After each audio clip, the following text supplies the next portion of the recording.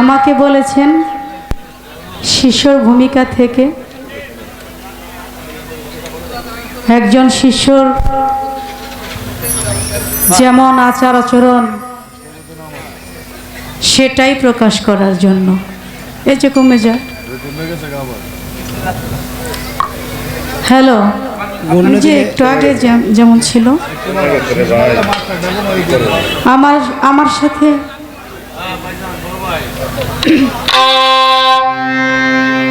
আর আমার প্রতিপক্ষ শিল্পী শরীয়ত সরকার তাকে বলেছেন একজন গুরুর যেমন স্বভাব আচরণ সেটাই যেন সে প্রকাশ করে। আমিও তার শিষ্য না, তিনিও আমার গুরু না, তবে আজকে পালা শিক্ষণীয়। একজন দীক্ষাগুরু একজন শিক্ষাগুরুর মধ্যে পার্থক্য কি?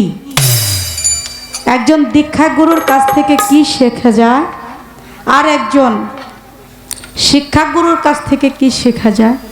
এই দুইজনই দুই ধরনের শিক্ষা দেয়। দীক্ষাগুরু গুপ্ত এলেম শেখায়, যেটার মূল্য অনেক, সেটা টাকা পয়সা দিয়ে কেনা যায় না। আর একজন শিক্ষাগুরুর কাছ থেকে শিক্ষা নেওয়া যায়, সেটাও অনেক মূল্য, কিন্তু সেটা সামাজিক বিধান, জাহেরি এলেম। সেই এলেম মানুষের সব সময়ই লাগে, কিন্তু সেটা দিয়ে অনেক শিক্ষিত হওয়া যায়। সেখানে আল্লাহ প্রদত্ত স্থানে পৌঁছানোর জন্য আমাদের দীক্ষাগুরুর কাছে গিয়ে আনুগত্য স্বীকার করতে হয়। তো এই বিষয়গুলোই আমরা আলাপ আলোচনা করব। আমরা যখন প্রথম এখানে আসি, আমি এখানে অনেক গান করেছি এক সময় পরশালী দেওয়ান সাহেবের সাথে, উনি যখন বাঁচা ছিলেন অনেক গান করেছি। আমার আবার ভাগ্য হয়েছে ভালোবেসে এনেছেন। দরবার থেকে বলছে কথাটা খুব কম বলবেন, গানটা বেশি গাবেন। ঠিক আছে, আপনারা যেমন বলবেন তেমন। তারপরেও দু একটি কথা যদি গুরুজির কাছে আর জি না রাখি, তাহলে তো আসলে পালা দিলেন, এখান থেকে আমাদের কোনো কিছু জানা হলো না। কি বলেন? কথা ঠিক কিনা? এই জন্য আমরা অনেক কিছুই আজকে যিনি আমাদের গুরুর ভূমিকায় আছেন, যার যেমন পাঠ দেওয়া হয়েছে, হ্যাঁ অবশ্যই তার গুণগুলো প্রকাশ করবেন। আমি অবশ্যই তার কাছ থেকে অনেক কিছু শিখতে চাই, জানতে চাই। একজন শিষ্য হিসাবে অনেক কিছুই তার ইচ্ছা থাকতে পারে। গুরু হচ্ছেন একজন পথ প্রদর্শক, আস্তে। একজন ভক্ত হচ্ছে ওই পথের অনুসারী। আমি ওই রাস্তায় গেলে পরে আমি আমার নিজের মান আরাফাকে চিনতে পারবো, জানতে পারবো। যেমনটা হাদিস কুদসিতে ফরমায়াছেন, তুমি তোমার রবকে চিনতে হলে আগে তুমি তোমার নিজেকে চিনো। আমি সেখান থেকে আলোচনা রাখবো, তার আগে ছোট্ট করে একটি গান বাজাই। আমার পাশে আবার ওই যে আমাদের আফসার ভাই আসছে নবাবগঞ্জ থেকে। ভাই, আপনার প্রতি সালাম রইল। আমার এক ভাই আছে নটাখোলার, সে ভাইও আসছেন। অনেক ভাইয়েরা আছেন, একজনের নাম হয়তো বলা যায় না, মনেও থাকে না, হয়তো মানে দেখলে পরেই চেনা যায় যে সে আইসা বসে রয়েছে, অথচ আমি তার নামটা বলতে পারি নাই, কারণ তাকে ওইভাবে আমার দেখা হয়নি। এখন দেখতে পারলাম যে সে ওখানে বসে আছেন। ভাইয়ের প্রতিও সালাম রইল, আসছেন। আমি একটি গান বাজাই, তারপর দেখি কি হয়।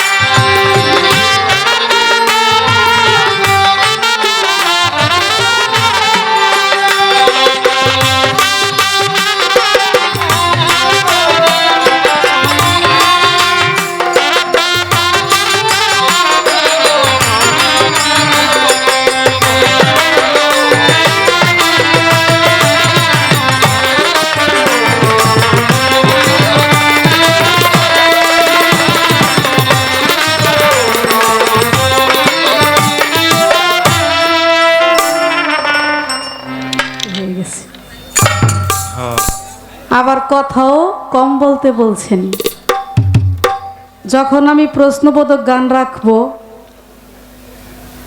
ধরেন আমি আব্দুর রশিদ সরকার সাইজির একটি গান রাখলাম,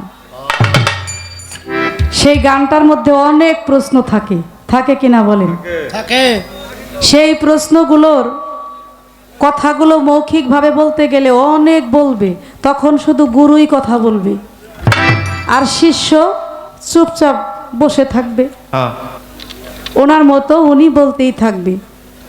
এমনি করে কথার মাত্রা অনেক বেড়ে গেল। তাহলে এখন কি করব বলেন আপনারা? আপনারাই বলেন, মানে কমিটির পক্ষ থেকে বলেন যে আমি যদি প্রশ্নবোধক গান রাখি তাহলে আলোচনা লম্বা হয়ে যাবে। তাহলে এক কাজ করি, প্রশ্নবোধক গান না রেখে আরজিমূলক গান রাখি, কি বলেন? কথা কম হবে, আপনারা যেটা বলবেন আর কি। আর যদি বলেন তাহলে কিন্তু প্রশ্নবোধক গান রাখলে উনিও আমাকে দু একটি বলবে, আমিও বলবো, কি বলেন? এখন এটা কি চান? এখন আমি যতটুকু মনে করি আমরা গান বেশি গাই, কমিটি যা বলছে তাই করি, তাহলে আবার সকালবেলা আমাদেরকে টাকা পয়সা নিয়ে সমস্যা করব। কাজেই প্রশ্নবোধক গান আজকে আর শরীয়ত সরকারকে করলাম না, কারণ আমার বেশি কিছু জানার দরকার নাই। আমার গুরুর কাছ থেকে আমার আশীর্বাদটাই দরকার। এত কিছু দিয়ে আমি কি করব? যে বেশি কিছু জানে, জানতে জানতে সে জানোয়ার হয়ে যায়। বেশি জানা ভালো না, তবে চলার জন্য যতটুকু প্রয়োজন অতটুকুই তার জানলে যথেষ্ট, কি বলেন? এই জন্য আমি একটি গান রাখি, গোসাই মনমোহন দত্ত কি বলেছেন।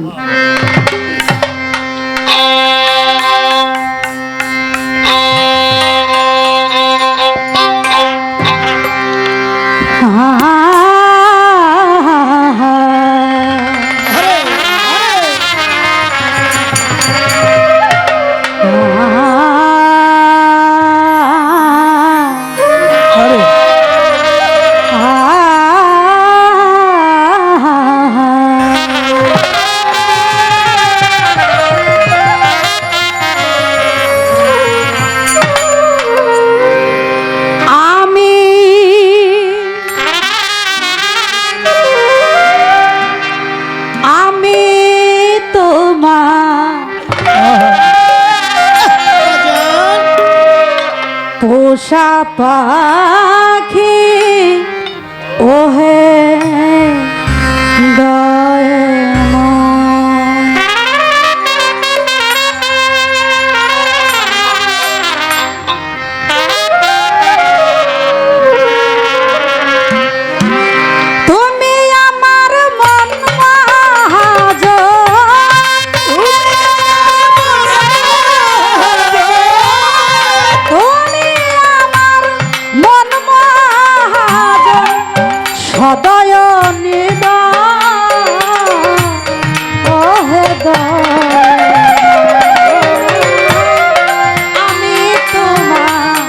পোষা পাখি হে দয়ে আমি তোমার পোষা পাখি হে দয়ে আমি তোমার পোষা পাখি হে আমি তোমার পোষা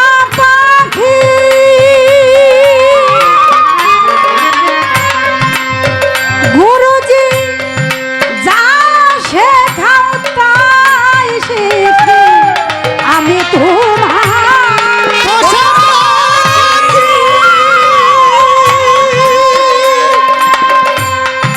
যা শেখাও তাই শিখি, যা করো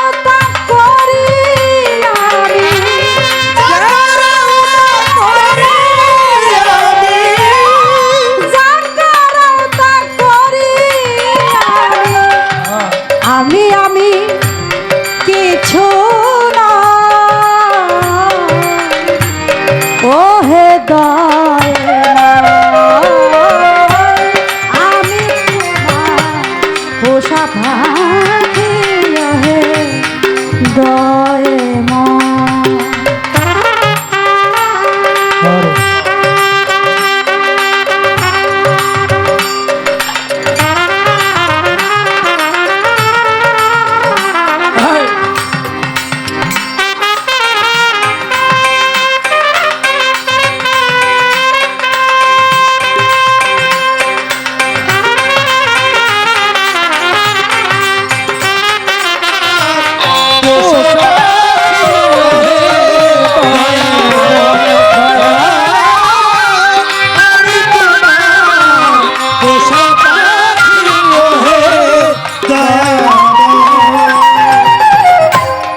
সংসারে পিঞ্জরা তুমি রেখেছ রয়েছি আমি সংসারে পিঞ্জরা তুমি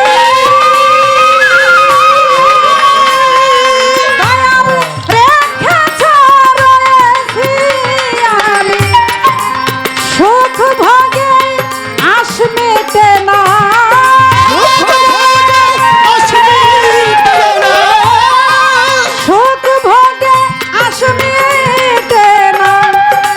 ছুটিতে চাহে ও হে দয়া আমি তোমার পোষা পাখি ও হে দয়া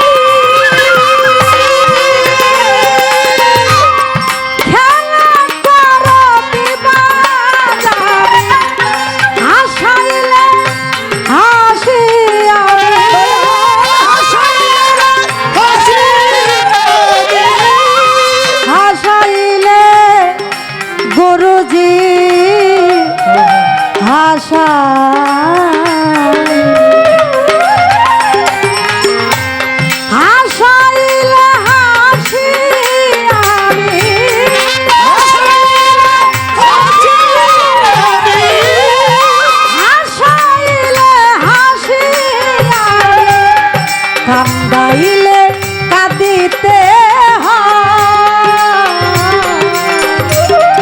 ও হে দয়া আমি তোমার পোষা পাখি ও হে আমি তোমার পোষা পাখি ও হে দয়া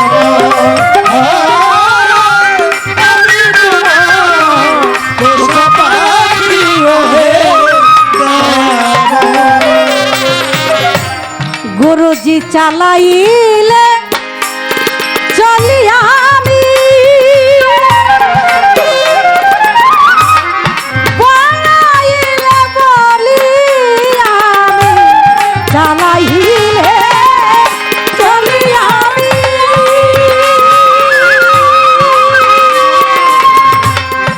বানাইলে বলি আমি তুমি আমি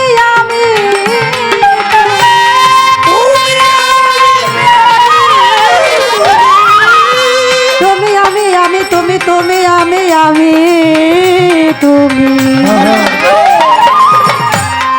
তুমি আমি আমি তুমি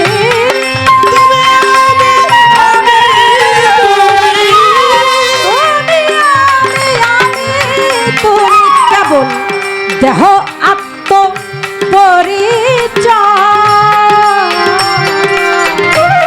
ও হে দয়া আমি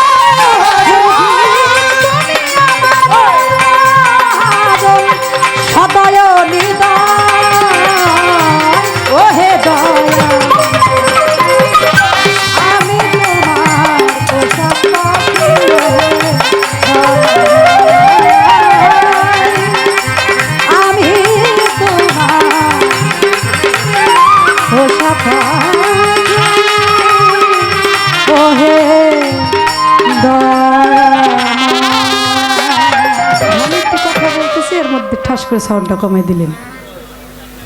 হ্যালো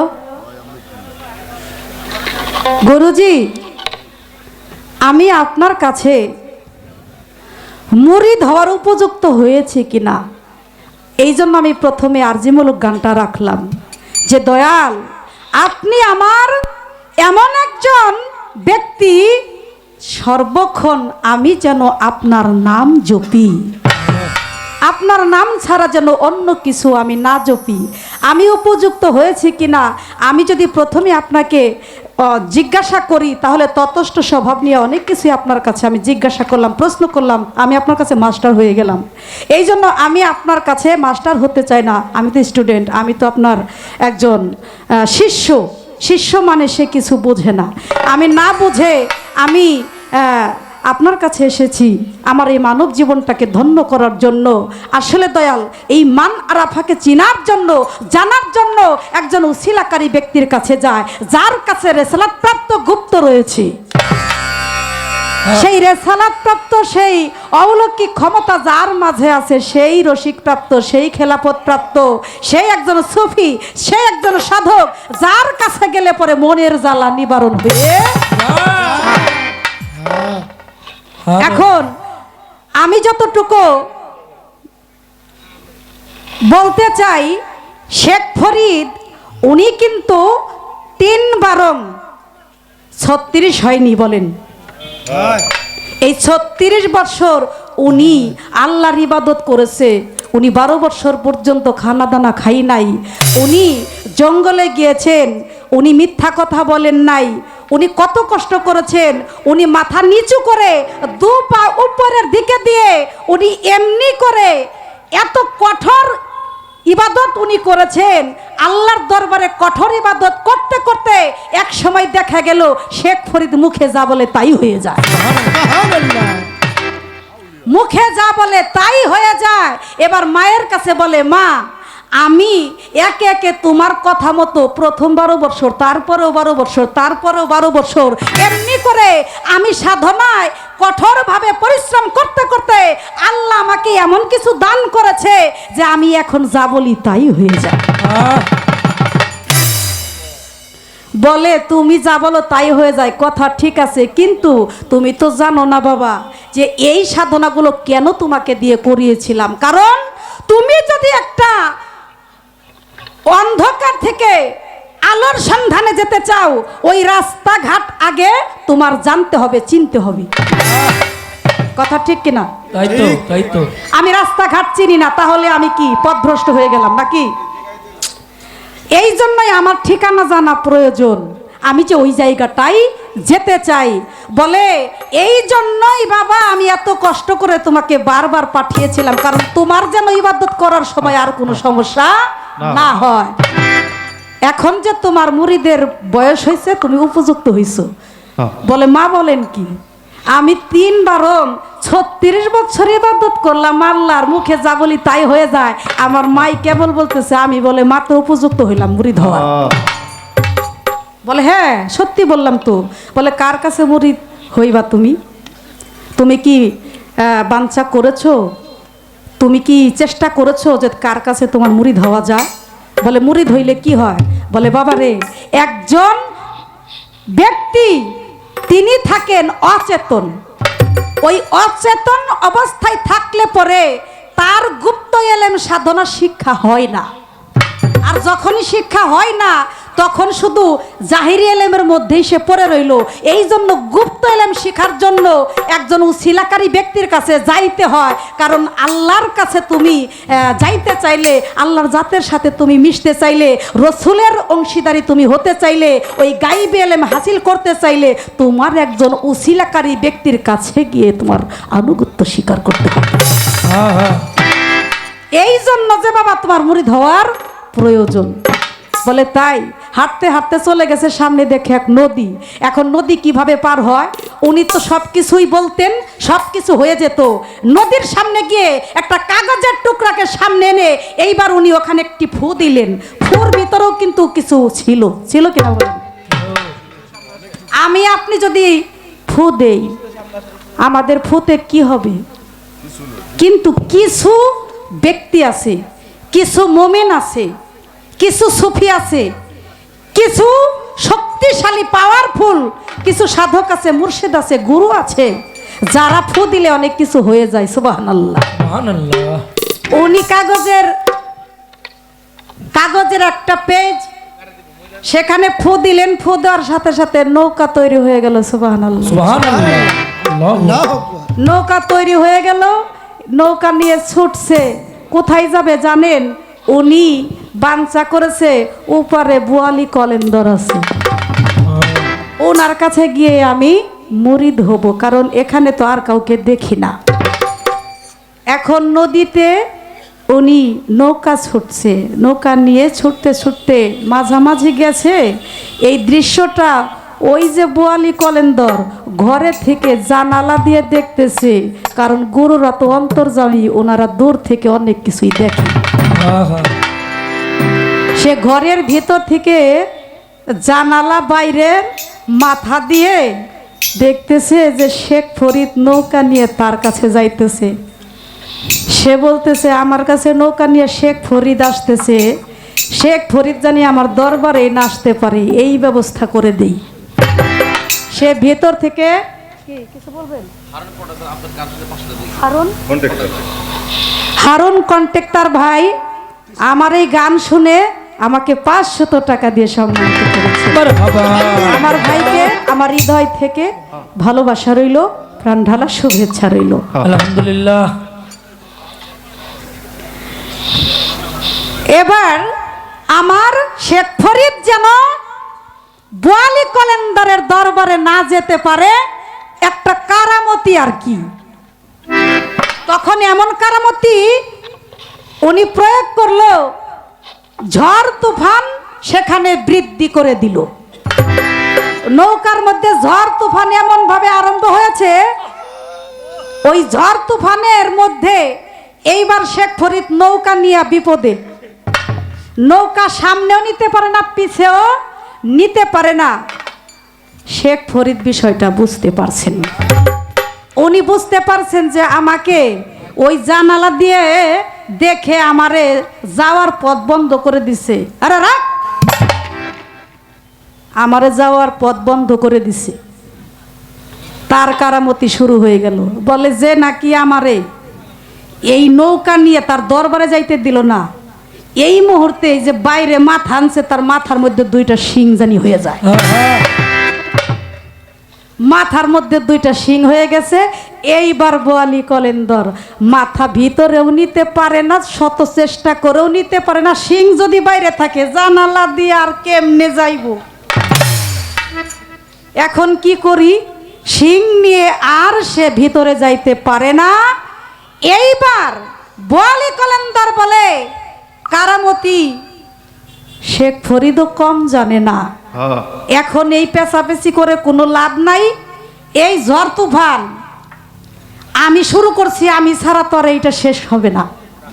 ঝড় তুফান এখান থেকে বন্ধ হয়ে যাক। সাথে সাথে ঝড় তুফান বন্ধ হয়ে গেল। এইবার শেখ ফরিদ বলে, আমার ঝড় তুফান বন্ধ করে দিছো, যাওয়ার ব্যবস্থা করে দিছো, যাও সিং বানাই দিছি, সিংও জানি না থাকে। এখন সিং নাই, সিং নাই, একদম ক্লিয়ার হয়ে গেল। কাছাকাছি গেছে, যাইয়া বলতেছে, আপনি আমাকে মুরিদ করেন।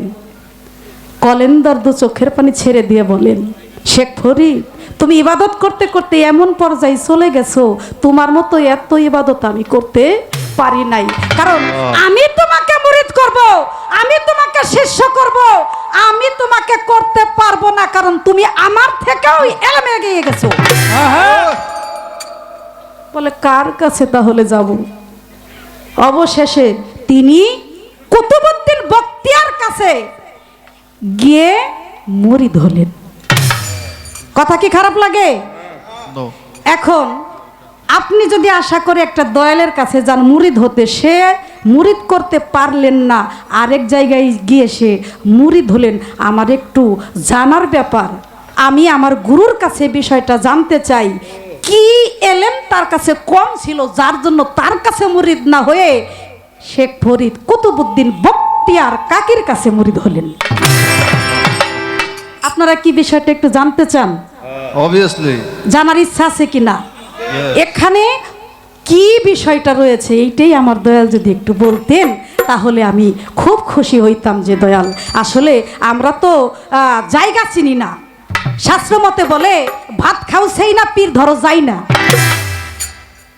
তাহলে আমরা কিভাবে জানবো, কিভাবে বুঝবো উনি একজন সুফি, উনি একজন সাধক, উনি আমাদের কামলিয়াত প্রাপ্ত, ওনার কাছে গেলে আমার মনের জ্বালা নিবারণ হবে, ওনার কাছে গেলে আমি মানুষের মতো মানুষ হতে পারবো, ওনার কাছে গেলে পরে আমি আমার আল্লাহর জাতের সাথে মিশতে পারবো। আর বেশি কিছু বলার আছে একটা ভক্তের, আমি যদি বেশি কিছু বলি তাহলে আবার স্টেজটা বড় হয়ে যাবে। এই জন্য আমি আর কথা না বলে দেখি আমার দয়াল কি বলেন, ওনার কথার পাশে আমি তার পিছে পিছে যাওয়ার চেষ্টা করব। কি বলেন সবাই? ও আরেকটি কথা, আমি মুরিদ হলাম না আপনার কাছে, তাতে কি সমস্যা হবে আমার? আর হইলে আমার কি সমস্যা দূর হবে, এইটুকু একটু আপনি বর্ণনা করে দিন। কারণ এই বিষয়ে আপনি খুব ভালো জানেন, আমি আপনার কাছে একটু শুনতে চাই। আমি মুরিদ হইলাম না, তাতে আমার পাপটা কি? আর যদি হই, তাতে আমার পুণ্যটা কি? এগুলোই আমাদের জরুরি জানা, নাকি? আমি জানি যা আছে এই ব্রহ্মাণ্ডে, তার চাইতে অধিক কিছু এই দেহ ভাণ্ডে আছে। এই দেহ ভাণ্ডের বিচার যদি কেউ করতে পারে, সে আল্লাহর জাতের সাথে অবশ্যই মিশতে পারে। আমার প্রথম এই আরজিমূলক গানটা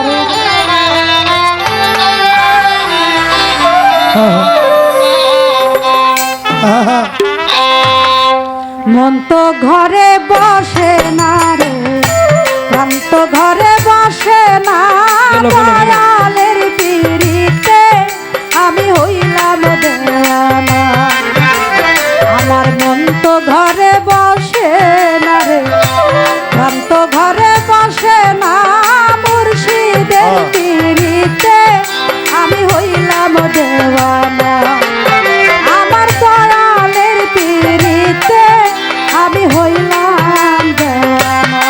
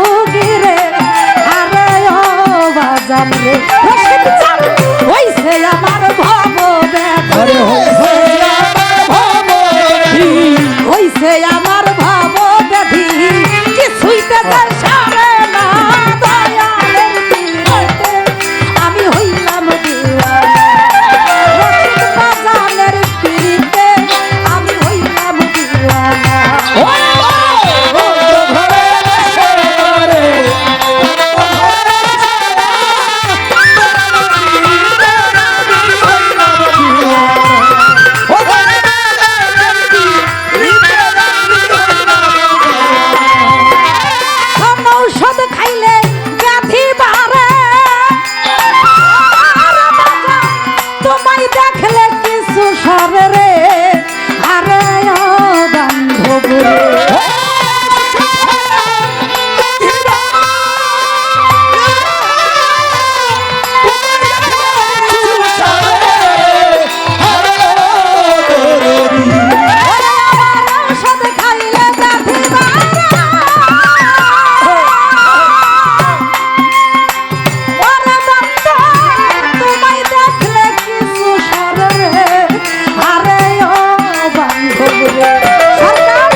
রশিদ বলে বৈরা বরি রশিদ বলে বৈরা বরি এত দুঃখ দিও না দয়ালের পীড়িতে আমি হইলাম দিওয়ানা আমার বাবার পীড়িতে আমি হইলাম দিওয়ানা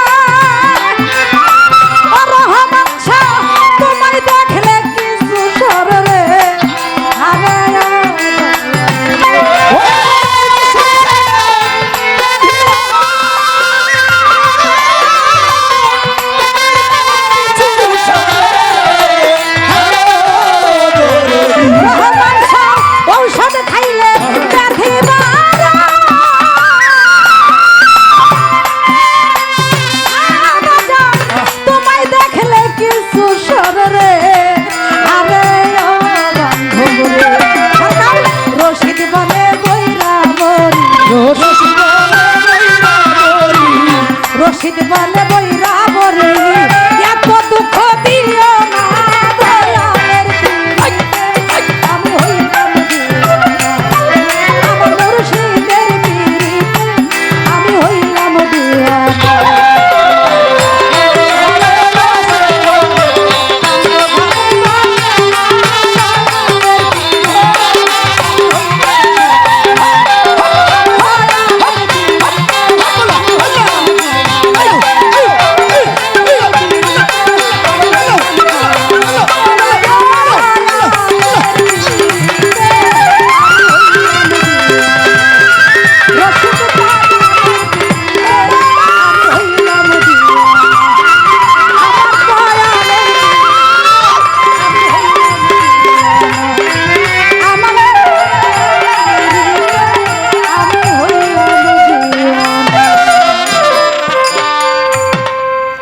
শিষ্যের ভূমিকা অবতীর্ণ হলো জনাবা শিরিন দেওয়া। আমাকে দিয়েছেন গুরুর দায়িত্ব, তো পালাগানে চলে যাব। পালাগানে যাওয়ার আগেই বলবো কথায় ভাষায় সুরে ছন্দে তালে লয়ে অনেক জায়গায় ত্রুটি বিচ্ছুতি আছে, ভুল আছে, আপনারা সকলেই ক্ষমা সুন্দর দৃষ্টিতে দেখবেন, এটা আমাদের আশা।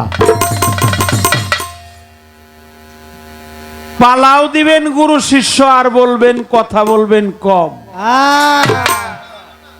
এটা কথার সাথে কাজের সাথে তো মিল। কারণ গুরু শিষ্যের পালাটাই হলো কথার পালা। কি কন সালাউদ্দিন ভাই, এটা হলো কথার পালা, এটা হলো বিচার গান। আগে হলো বিচার, পরে হইল গান। যার বিচারই নাই ওর আবার গান কি গান? ঠিক ঠিক। কিছু কথা কিছু গান সমন্বয় হবে বিচার বাউল গান। এই দেশের মানুষ তো গান শুনে না, এরা গান খাইতেও জানে। এরা রশিদ সরকার এবং পরশালী দেওয়ানের গানের শ্রোতা, যারা এই গানটাকে 12টার পরে যারা থাকে তারা নিশ্চয়ই গানের প্রেমিক, আশেক, রুহের খোরাক, রুহের খাদ্য হিসেবে গ্রহণ করে এই গানটাকে তারা এবাদতের মধ্যে গণ্য করে। কি বাবা? ঠিক। তাহলে শিষ্য, সেবক, দাস, গোলাম, তারপরে হলো ভক্ত। যারা মুরিদ না হইছে তাদের উপায়টা কি? এইটা হলো তার একটা প্রশ্ন। আমি মুরিদ না হলে আমার ক্ষতিটাই বা কি? এক বাক্যেই যারা কোরআন মানে তাদেরকে আহলে বায়াত গ্রহণ।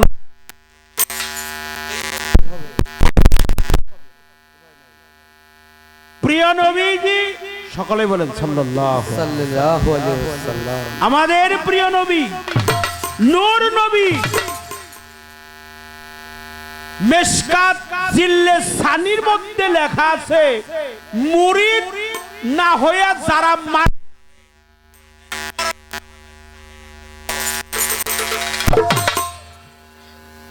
যারা মুরিদ হয় নাই, মুরিদ পড়ে নাই, যাই নাও জানে নাই, বুঝাও বুঝে নাই, না যাই নাও না জানার ভান করছে, ওরা যদি মুরিদ না হয়ে মারা যায় ওদের মরণটা হবে জাহেলাতের মরণ।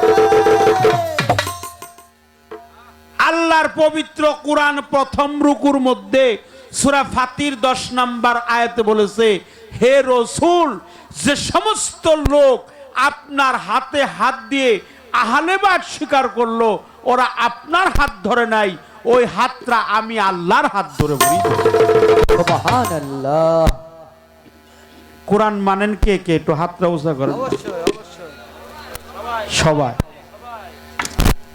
সবই আপনারা পাক্কা ইমানদার মানুষ, মারফতে পরিপূর্ণ ভরা। কোরআনটা হলো মারফত, শরীয়ত, তরিকত, হাকিকত, রিসালাত, কামেলিয়াত, মালামাত, রিয়াজাত, বাশারাত, উলুহিয়াত, রুবুবিয়াত, সমস্ত কিছু এই দেহটা রক্ষা করার জন্য একজন পীরের দরবারে যায়। কি বাবা, খারাপ বলছি? আমার মুরিদ হইতে হবে কেন? 4টি কারণে মুরিদ হইতে হয়। কয়টি কারণে? 4টি কারণে মুরিদ হয়। আমি একটা কথাও দলিলের বাহিরে কখনো বলি না। আল্লাহর পবিত্র কোরআন সূরা ফাতির 10 নম্বর আয়াত, 9টি সূরার মধ্যে মুরিদ হওয়া ফরজ, কোন কোন ক্ষেত্রে ওয়াজিব। আল্লাহর পবিত্র কোরআনে যেটা আসছে এটা ফরজ, এই জন্য মেয়েদের মুরিদের কথাটাও আল্লাহর কোরআনে আছে। সূরা মুমতাহিনা আয়াত নাম্বার 12, হে রাসূল, যে সমস্ত নারীগণ মিথ্যা কথা বলে না, অহংকার করে না, হিংসা করে না, নিন্দা করে না, গীবত করে না, জেনা করে না, আপন স্বামীর অবাধ্যে চলে না, ওই সমস্ত নারীদেরকে আপনি আহলে বায়াতের মধ্যে প্রবেশ করেন। এটা সূরা মুমতাহিনা আয়াত নাম্বার হলো 12। তাহলে আমরা কোরআনটা অবশ্যই মানব।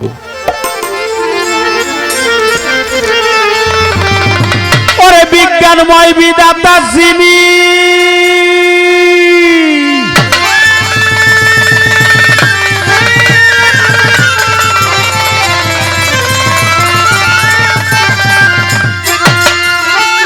বিজ্ঞানময় বিধাতা যিনি, অতরাত্মা রূপে আছেন তিনি, নবরূপে নিজেই নারায়ণ। রে পাগল মন, চিনলি না তোর মুর্শিদ কেমন দণ্ডপত, চিনলি না তোর গুরু কেমন গণ। রে পাগল মন, চিনলি না তোর গুরু কেমন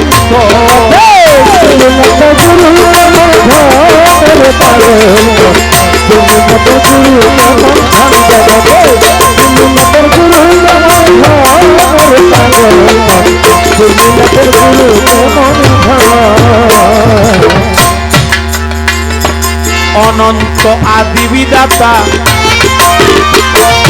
ভালো মন্দের নির্দেশ দাতা, রাসূল রূপে করলো আগমন।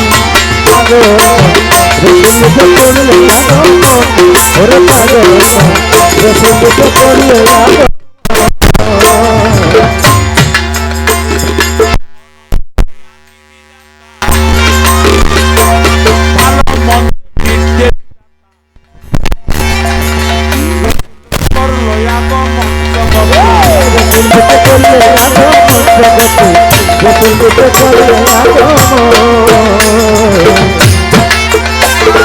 রবুরিয়া সঙ্গে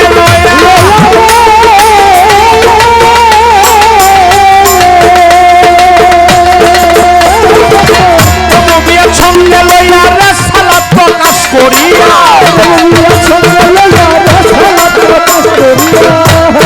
সঙ্গে লইয়া রেসালা প্রকাশ করিয়া মাসুক হয়ে রাখছে দুষ্টের মন জগতে মাসুক হয়ে রাখছে দুষ্টের মনরে পাগল তোর গুরু কেমন ধন জগতে তুমি না তোর গুরু কেমন ধন রে পাগল তুমি না তোর গুরু কেমন ধন দেখেন কেমন বাংলার ভাবুক কবি মানিকগঞ্জের মানিক আব্দুর রশিদ সরকার আল চিশতি যাবেন বিজ্ঞানময় বিধাতা যিনি আত্মা রূপে আছেন তিনি রশিদ সরকারের লেখা নবরূপে নিজেই নারায়ণ গুরু হলো সর্বব্যাপী সব জানে কি জানে কিনা সব জানে আমি যা জানি তাও গুরু জানে আমি যা না জানি তাও জানে সর্বব্যাপী সর্বজান্তা গুরু অবিনশ্বর আল্লাহ জাত মঈনুদ্দিন চিশতি বলেছেন গুরু হলো খোদার জাত এই খোদার জাত সেই জাতের সাথে সম্পৃক্ত হতে গেলে এই দেহটাকে রিসার্চ করতে হবে এখানে কুম্ভ করতে হবে কুম্ভকেতে লুপ্ত করো কাম্বিকা প্রাণায়াম অভ্যাস করো সাধন প্রথম আমার রেশক প্রেরক কুম্ভ এই দমের সাধনা করে এই দেহটাকে চিনে ফানাফিল্লার স্তরে যাইতে হবে ফানাফিল্লা যার হয় নাই তার গুরু ধরা সার্থক তুমি না তোর গুরু কেমন ধন রে পাগল তুমি না তোর গুরু কেমন ধন জগতে তুমি না তোর গুরু কেমন ধন রে পাগল তুমি না তোর গুরু কেমন ধন রেসালাত প্রকাশ হইল জান্নাতের দ্বার খুলে দিল মাসুক হইয়া বজে ওই চরণ জগতে মাসুক হইয়া ভজে ওই চরণ জগতে মাসুক হইয়া ভজে ওই চরণ রেসালাত প্রকাশ হইল জান্নাতের দ্বার খুলে দিল আশেক হইয়া বজে ওই চরণ জগতে আশেক হইয়া বজে ওই চরণ জগতে আশেক হইয়া বজে ওই চরণ ওরে বাবা রেসালাত বা তুনে গেল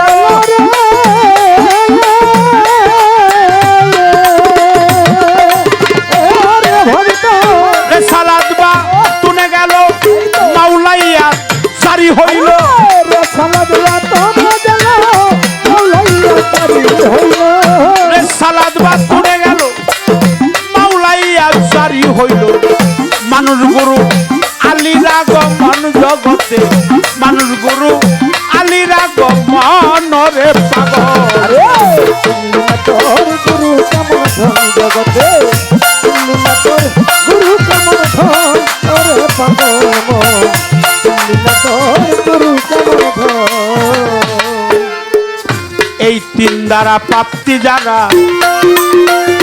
আল্লাহ নবী আলী তারা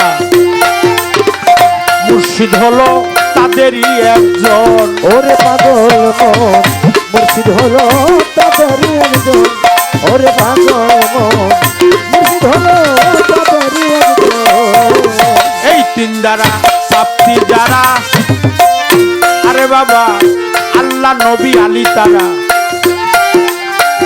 মুর্শিদ হলো তাদেরই একজন ওরে পাগল মুর্শিদ হলো তাদেরই একজন ওরে পাগল মন মুর্শিদ হলো তাদেরই একজন। ওরে বাবা তৌহিদেরই দ্বার খুলিয়া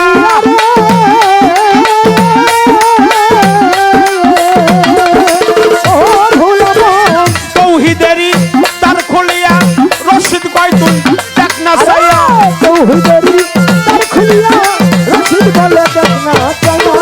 তৌহিদেরই দ্বার খুলিয়া রশিদ কয় তুই দেখ না চাইয়া। হরি কথা এক আসনে বসা রয় চারজন গো তারা এক আসনে বসা রয় চারজন ওরে পাগল আগে শুনলি না তোর গুরু কেমন ধন জগতে শুনলি না তোর গুরু কেমন ধন ওরে পাগল মন শুনলি না তোর গুরু কেমন ধন।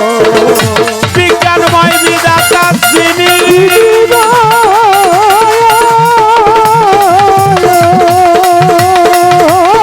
ভক্ত বিজ্ঞানময় বিধাতা যিনি অন্তরাত্মা রূপে আছেন তিনি ওরে নবরূপে নবরূপে নিজেই নারায়ণ ওরে পাগল মৌ চিনলি না তোর রহমান কেমন ধন চিনলি না তোর মুর্শিদ কেমন ধন ওরে পাগল মৌ চিনলি না তোর মুর্শিদ কেমন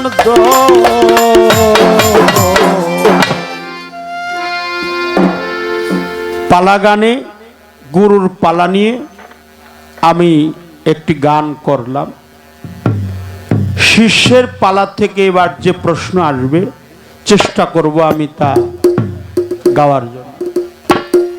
একটি আমি দরবেশজি লালন শাহ ফকিরের একটি গান সার্বজনীন, এটা শুধু শিষ্যের জন্য না সবারই জন্য এই গানটি করব। মানুষ সারা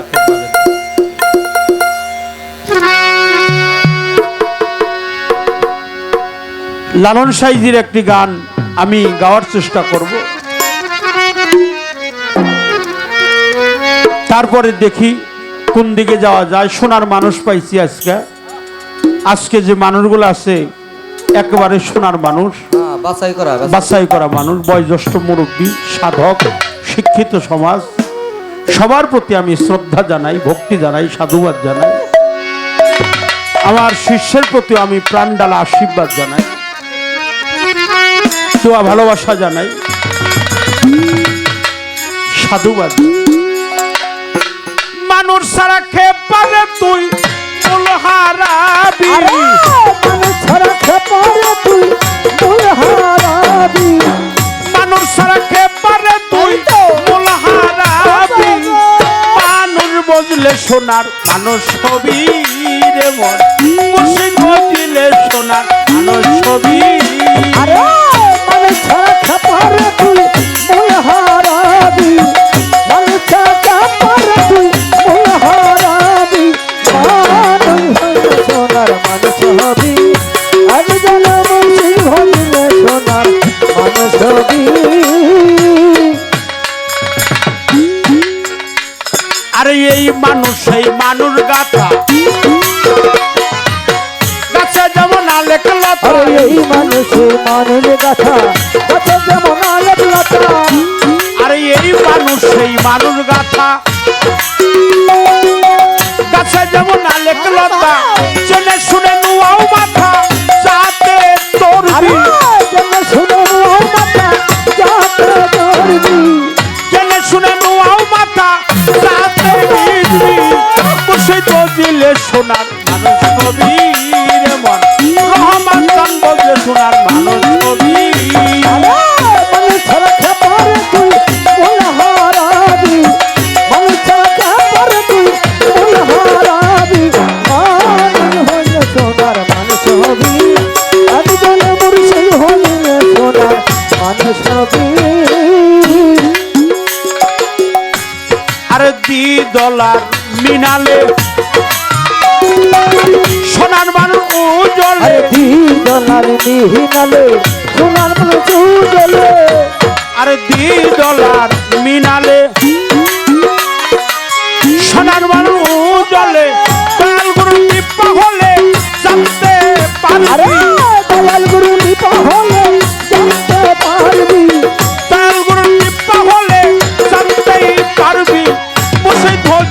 সোনার মানুষ হবি রে মন, মানুষ বুঝিলে সোনার মানুষ হবি। আরে মানুষ ছাড়া খাপারে তুই মূল হারাবি, মানুষ ছাড়া খাপারে তুই মূল হারাবি, মানুষ হইলে সোনার মানুষ হবি, একজন মুর্শিদ হইলে সোনার মানুষ হবি। আরে মানুষ সারা মন রে আমার, সামনে দেখবি আরে অন্ধকার। মানুষ সারা মন রে আমার, সামনে দেখবি অন্ধকার। আরে মানুষ সারা মন রে আমার, সামনে দেখবি অন্ধকার। লালন বলে মানুষ আকার, বুঝলেই তোর আরে লালন বলে মানুষ আকার, ধরলে ধরবি। লালন বলে মানুষ আকার, বুঝলেই ধরবি। বসে বুঝলে সোনার মানুষ হবি রে মন, মানুষ বুঝলে সোনার মানুষ হবি। আরে মানুষ ছাড়া খাপারে তুই মূল হারাবি, মানুষ ছাড়া খাপারে তুই মূল হারাবি, মানুষ হইলে সোনার মানুষ হবি, একজন মুর্শিদ হইলে সোনার মানুষ হবি। আরে এই মানুষ এই মানুষ গাথা, কাছে যেমন আলেক আরে লতায়। এই মানুষে মানুষ কথা, কত যেমন আলাপ লতা। আরে এই মানুষ এই মানুষ গাথা, কাছে যেমন আলেক লতা। চলে শুনে নোয়াও মাতা, সাথে তোর আরে যেটা শুনলি মাথা যাতে ধরবি। চলে শুনে নোয়াও মাতা, সাথে মিলবি। মানুষ বুঝিলে সোনার মানুষ হবি রে মন, মুর্শিদ বুঝিলে সোনার মানুষ হবি। আরে মানুষ ছাড়া খাপারে তুই মূল হারাবি, মানুষ ছাড়া খাপারে তুই মূল হারাবি, মানুষ হইলে সোনার মানুষ হবি, একজন মুর্শিদ হইলে সোনার মানুষ হবি। মানুষ রাখে পারে তুই ফুল হারাবি। আরে মানুষ ছাড়া খাপারে তুই মূল হারাবি। মানুষ রাখে পারে তুই ফুল হারাবি। রহমান চান বদলে সোনার মানুষ হবি, সিদ্ধাবাড়ি বদলে সোনার মানুষ হবি। ওরে আমার সানাল ফকির বদলেই সোনার মানুষ হবি। আমি আমার ভাইয়ের কথা শুন না, আমি মরি খারইয়া।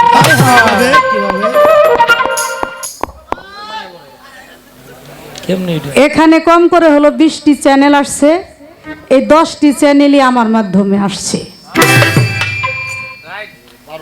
কারণ তাদের সাথে আমার একটা সংযোগ আছে, আমার নিজেরও চ্যানেল আছে।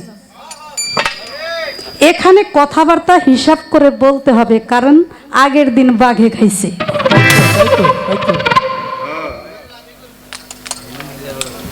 আগে অনেক কিছু করা যেত ভাই, এখন এগুলো করা যাবে না, কারণ এখন মানুষ আপডেট, ডিজিটাল, চিন্তা ভাবনা করে কথা বলতে হয়। কি বলেন? কথা সত্য। মিডিয়ার যুগ, এই মিডিয়ার যুগে যদি আবল তাবল করি তাহলে জ্ঞানের দিক দিয়ে বাড়ি খায়। আমি কয়েকটি কথা বলবো, আপনারা শুধু শুনবেন।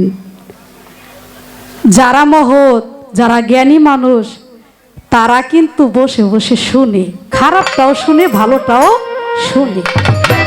তারা বলার থেকে শুনতে চেষ্টা করে বেশি, কারণ তাকেই মহৎ বলে। কি বলেন?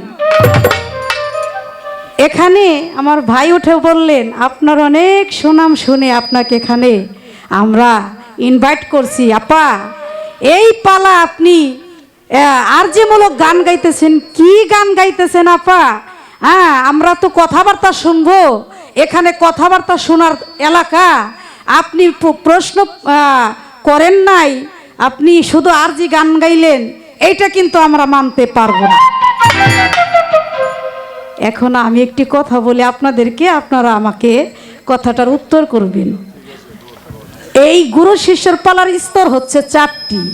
প্রথম হচ্ছে আরজি, তারপরে সৃষ্টির রহস্য জানা, তারপরে কালেমা জানা, তারপরে কাম প্রেম জানা, তারপরে দয়ালের জাতের সাথে মিশে যাওয়া।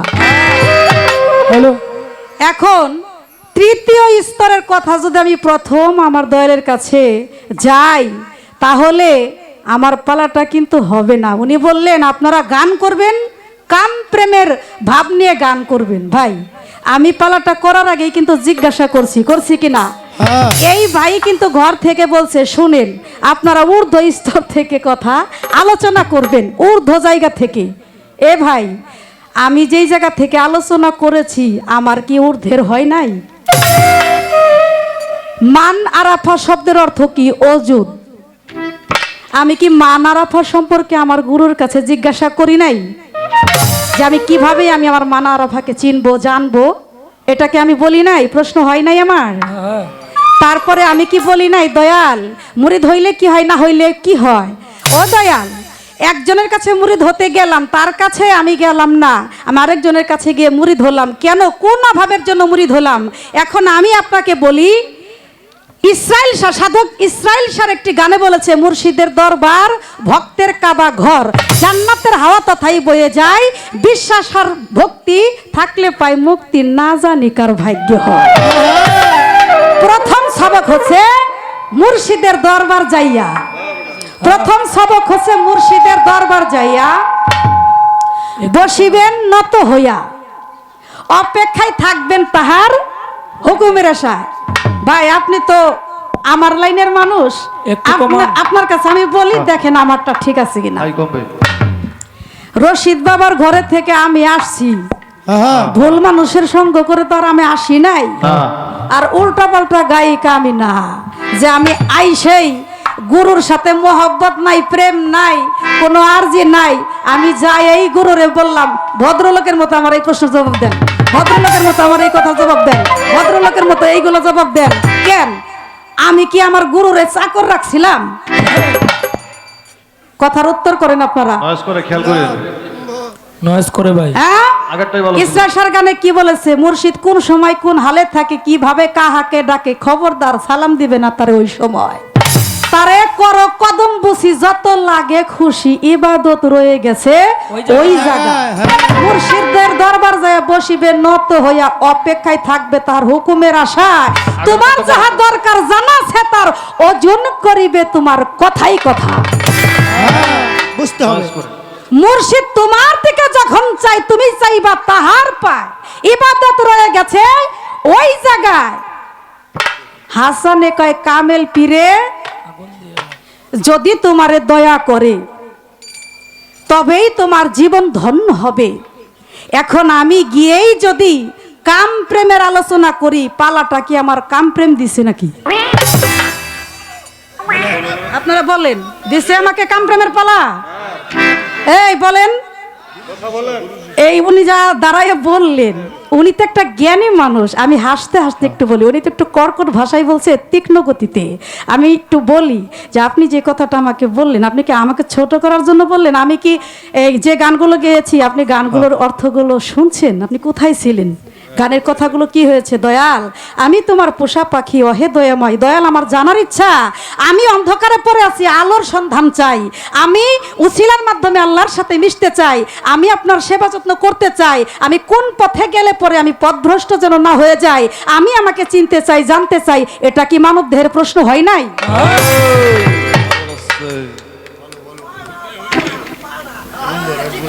আপনি কি ভাইরাল হওয়ার জন্য বললেন? আপনি কাকে কি বললেন জানেন?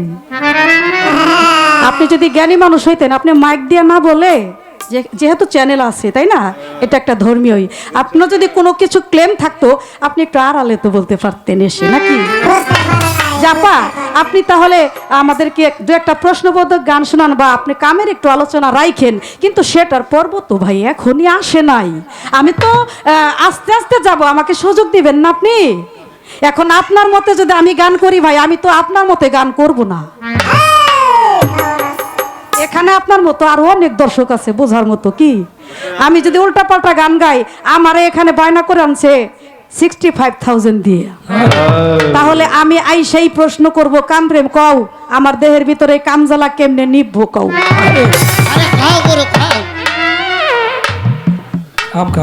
আপনারা বলেন কথাটা কি ভাই? মাইক দিয়ে না বললে কি পারতো না আইসা? এখানে লাইভ চলতেছে, আবার বলেন কি গান শুনবো, কোন গানটা আমার দর্শকের খারাপ লাগছে, আমার কোন কথাটা আমার দর্শকের খারাপ লাগছে। আমার গান লাস্টের গানটা রশিদ বাবার গানটা গাইছে, আমার মন তো ঘরে বসে না, দয়ালের পিড়িতে আমি হইলাম দেওয়ানা, তার মানে তোমার পিড়িতে আমি দেওয়ানা হইলাম। আমি তোমার ছাড়া কোনো গতি নাই, তুমি আমার রাস্তা দেখাও, আমি মানুষ কিভাবে হব। বুঝাই দেন। শোনেন, এইসব কথা সব স্টেজেই মনে হয় আপনি বলেন, আপনি ভাই এগুলো বলেন না প্লিজ, আপনার এই বৈশিষ্ট্য কালচার ত্যাগ করেন। আর এগুলো আপনারা উনি যা বললো এটা ছাড়বেন না, বলবেন না, কারণ ওনাকে ভাইরাল করার আমাকে দরকার নাই, উনি এমনি এই দরবারকে ভাইরাল করেন।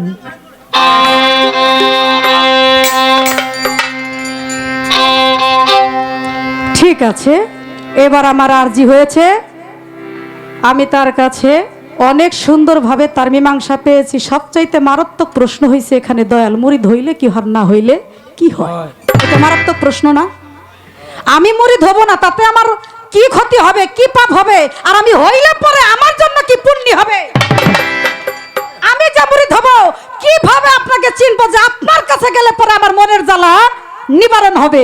আমি বলছি কিনা কথাটা বলেন? কারণ পীর ধাও যায় না, ভাত খাও সেই না, এই কথাগুলো আমি যখন বলছিলাম, ভাই আপনি কোন জায়গায় ছিলেন তখন? আপনি ঘরে থেকে বললেন কথা বলেন না, আবার স্টেজে এসে একটা পাটলেন আমার সাথে, না?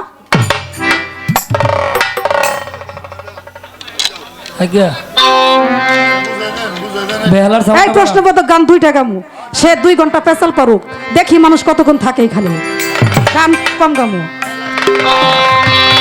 কালে মার ভেদি বুঝাও মানে কিভাবে তা সাবুত করে,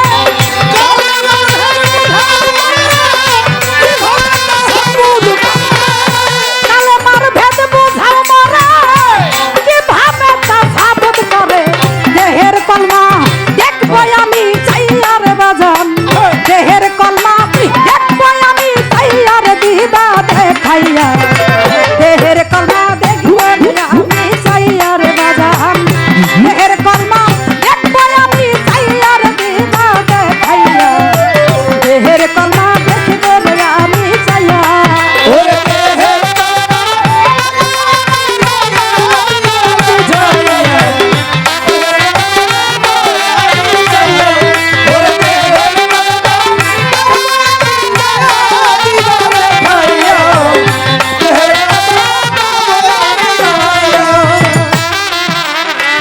তোমার সাথে যদি আমার প্রেম মহব্বত হয়ে যায়, তাহলে তুমি আমাকে অনেক কিছুই দিতে পারো।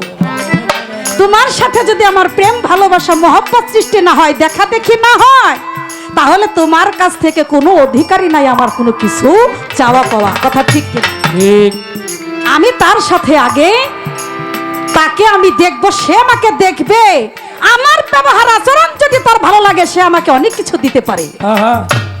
আর তার আচরণ স্বভাব যদি আমার ভালো লাগে, আমি তার কাছে আমার অনেক কিছু জানার থাকতে পারে, কিন্তু স্থান কাল পাত্র ভেদ বুঝে শুনেই কথা বলতে হবে। কালাম হতে কলমা হইল, ভাবে তাহা কেমনে রে আইল, কোন জায়গাতাম গেল জমা হইয়া,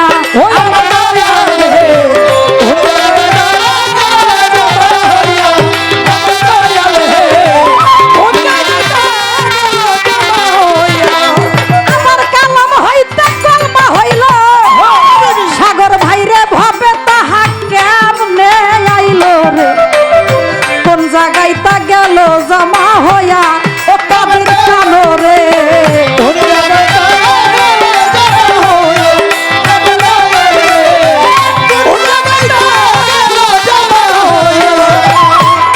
আরে বাজান সেখান হতে কোন বাপথে, সেখান হতে কোন বাপথে জায়গা ভক্তের কালে বেঁধে,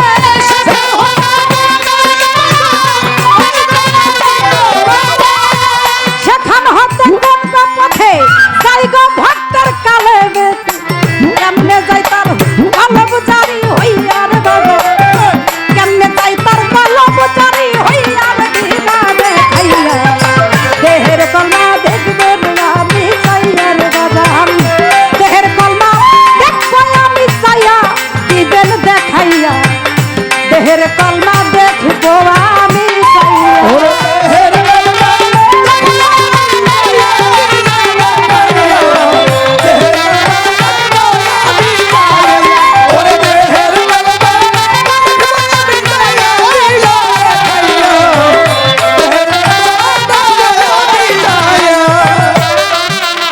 ওই কালেমার কি নকশায় আছে জানতে চাইবর গুরুর কাছে, জিজ্ঞাসা করছি বড় আশা নিয়া আমার দয়াল রে জিজ্ঞাসা করছি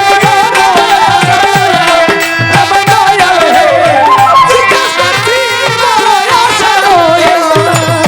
কালেমার কি নকশায় আছে জানতে চাই মোর গুরুর কাছে রে, আমি জিজ্ঞাসা করছি বড় আশা নিয়া আমার দয়াল রে।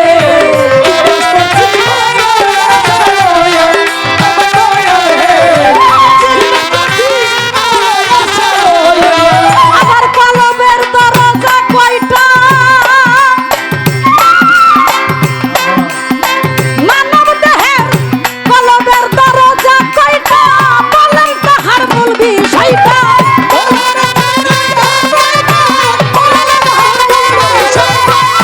কলমের দরজা কয়টা, বলেন তাহার মূল বিষয়টা। কোন দরজায় কোন মালিক রাই দাঁড়াইয়ার বাজারে, কোন দরজায় কোন মালিক রাই দাঁড়াইয়ার দিবা দেখাইয়া। দেহের কলমা দেখবো আমি চাইয়ার বাজার, দেহের কলমা দেখবো আমি চাইয়ার দিবা দেখাইয়া। দেহের কলমা দেখবো আমি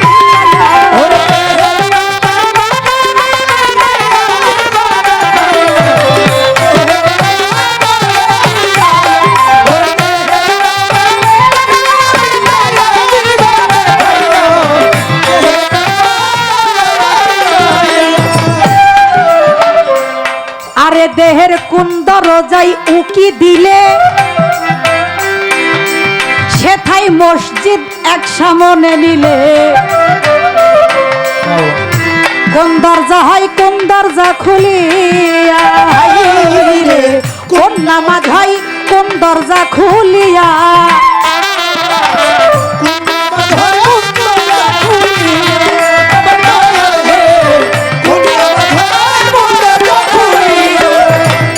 গুরুজি কোন দরজায় উকি দিলে মসজিদ এক সামনে নিলে রে। কোন নামাজ হয় কোন দরজা খুলিয়া,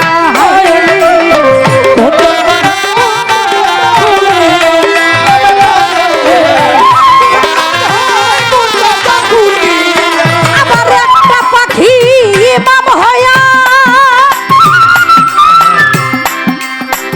আরে বাজান একটা পাখি ইমাম হইয়া গুপ্ত নামাজ পড়াইয়া।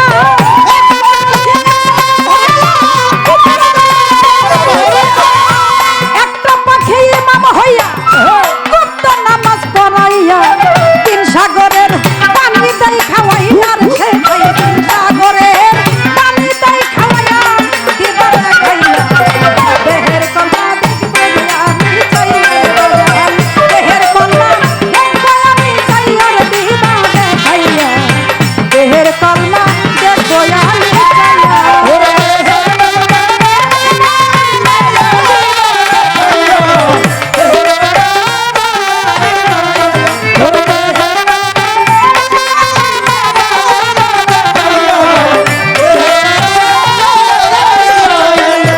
সরকার রশিদ বলে এই জায়গাতে বলবেন কথা কোরআন মতে। জিজ্ঞাসা করছি জানিবার লাগিয়া আমার দয়াল রে।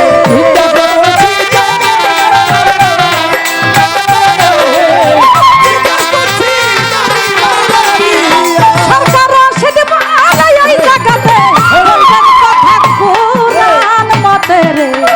জিজ্ঞাসা করছি বড় আশা নিয়া,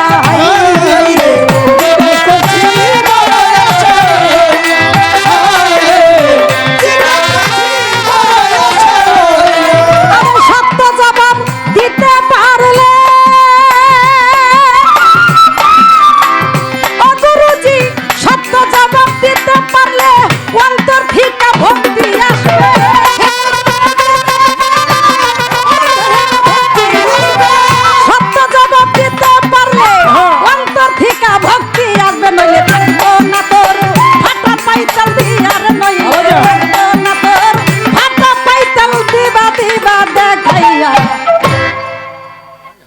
এটা হলো গুরুকে আক্রমণ করা হইল। ঠিক কিনা বলেন? গুরুকে আক্রমণ করা হইল, জবাব দিবা না লি তোমার বজন করুম না। এইটাই ভালো নাকি আদবের সাথে দুই একটি কথা যেটা মানব দেহের জন্য প্রয়োজন ওইটা আরজিমূলক জিজ্ঞাসা করতাম, ওইটাই তো ভালো ছিল নাকি? তুমি আমার জবাব দিবা, না দিলে আমি বুঝা শুই না, জবাব শুই না, বুঝা শুই না আমি তোমার ইবাদত করব। এমন করে গুরুর সাথে কখনো পাল্লা চলে না। এগুলো অনেক জানা যাবে। প্রথমেই বলছিলাম যে বেশি জানে, জানতে জানতে সে জানোয়ার হয়। কথাটা মনে আছে কিনা আপনারা? হ্যাঁ, প্রথমেই বলছিলাম। কিন্তু আমি এই কথা বলছি কেন বলছি এটা আমার দয়ালিতা ভালো জানে। এখন আমি প্রশ্ন যে কায়দা কৌশলগুলো করলাম, এখন আমার গুরুজি উনি আমাকে বলবেন বা আপনারাও ওনার কাছ থেকে বিষয়গুলো জেনে নেবেন। কারণ এই বিষয়গুলো আমার গুরু আমাদের পথ দেখাবেন, রাস্তা দেখাবেন। আমাদের দেহের সমস্ত কিছু আমাদের জানা হয়ে গেল। এখন তারপরে যদি আমার ভালো লাগে তাহলে আমি আপনার সেবা যত্ন করব। আপনি যা বলেন আপনার কথা আমি শুনব। এই দেহ সম্পর্কে আমরা আপনার কাছে এই আরজিটা রাখলাম।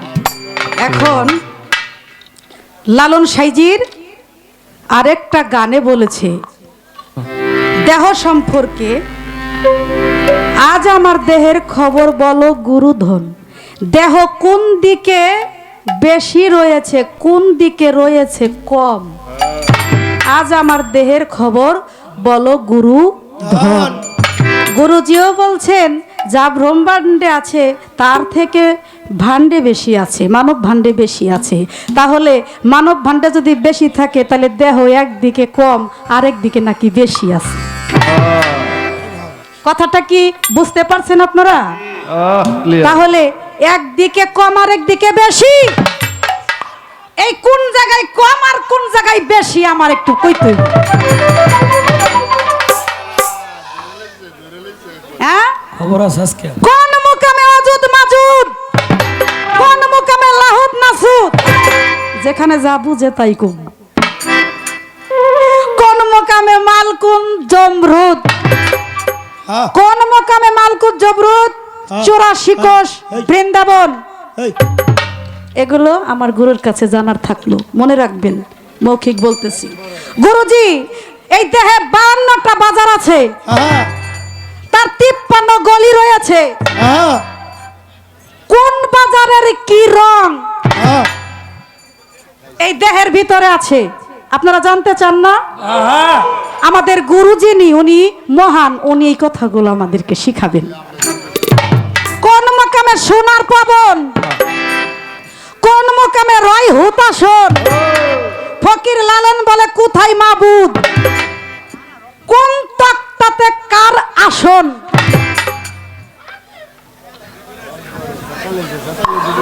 কি ঠিক আছে? আপনারা কি কইন কইন? আমার সমস্যা নাই তো, আমার কাছ থেকে হাই কিছু জানবো না, আমি খালি বসেই থাকবো, ঠকবে না পারা। আমি তো কয়টা বেশি গান গাইতাম, চ্যানেলে ভাইরাল হয়তো আপনার কুমার দেখ ই হইতো। এখন আমি প্রশ্ন করুম, এই প্রশ্নটি করলাম নিখিল ভাই, আমার দয়াল আমাদেরকে এখন শিক্ষক, আমি বসে বসে জিরাম।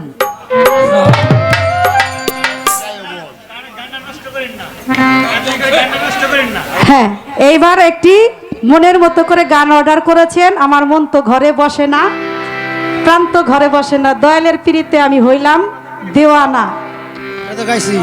তাই গানটা গাইতেছি, এখানে আছে আপনার মতো অনেক মানুষ এখানে বসে আছে, আমরাও আছি ভাই।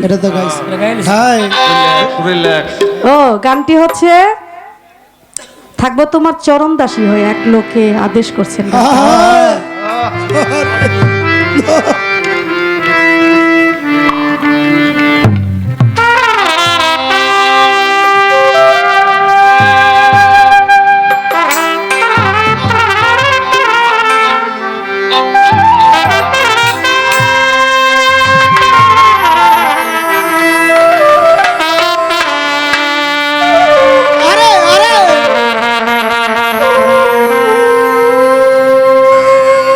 রহমান শাহ বাজার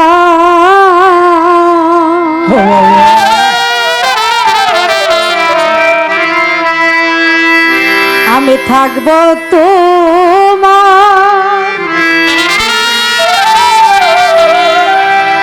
চরণ দাসী হইয়া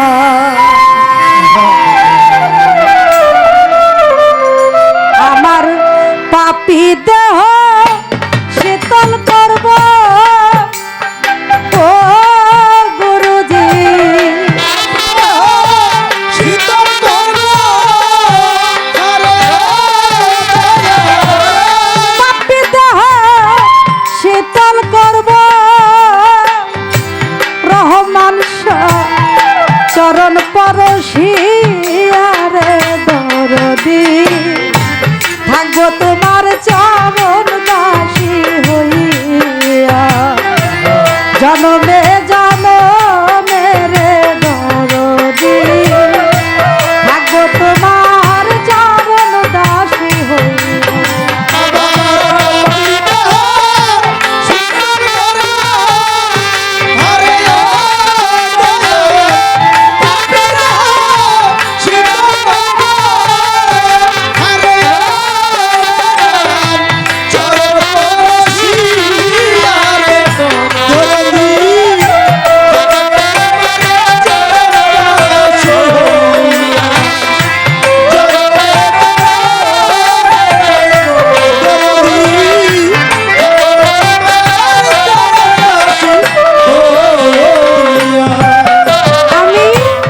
কেমন জানি হইয়া গেলাম রে রূপে নয়ন দিয়া রে দর রূপে নয়ন দিয়া আরে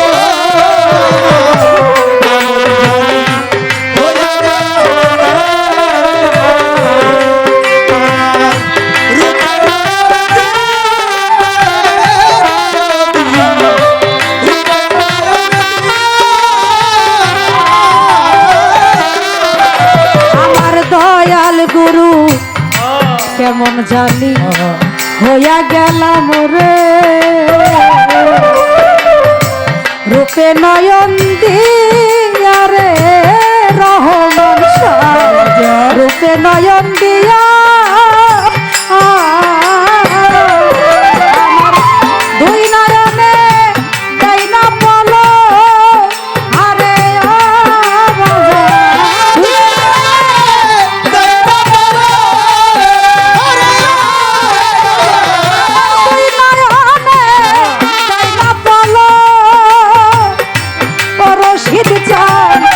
তোমার হারা রে দরদি থাকবো তোমার চরণ দাসী হইয়া জনমে জনমে রে দরদি থাকবো তোমার চরণ দাসী হইয়া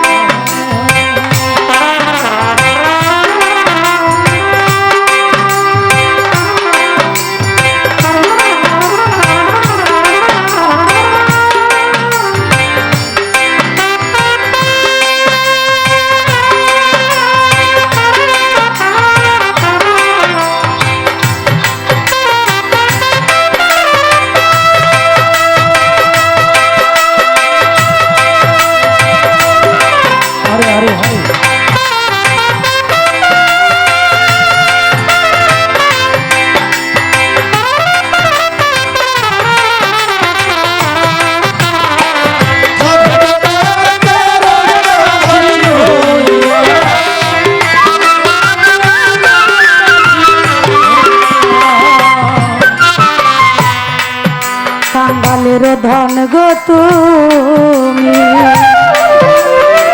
কোথায় রয়েছ লুকাইয়া রে মুর্শিদ রয়েছ লুকাইয়া রে ও কাঙ্গালের ধন গো তুমি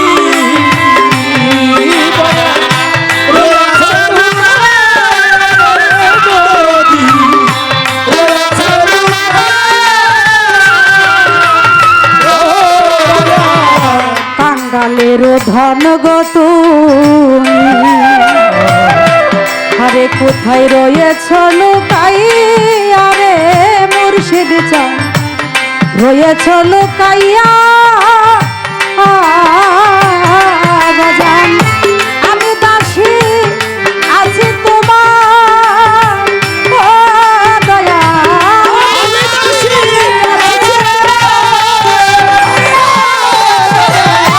আমি দাসী আছি তোমার ও রহমান শাহ পথ পানে যাইয়া রে বাবা যান থাকবো তোমার চরণ দাসী হইয়া জনমে জনমের গুরুজি থাকবো তোমার চরণ দাসী হইয়া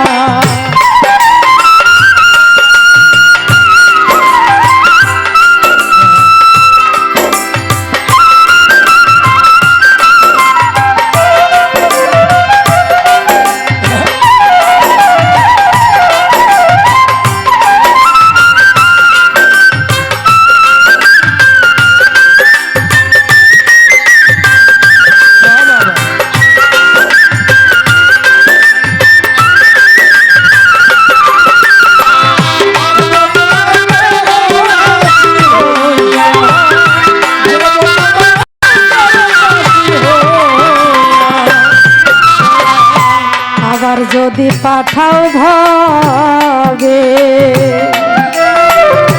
পুনর্জীবন দিয়া রে দরদি পুনর্জীবন দিয়া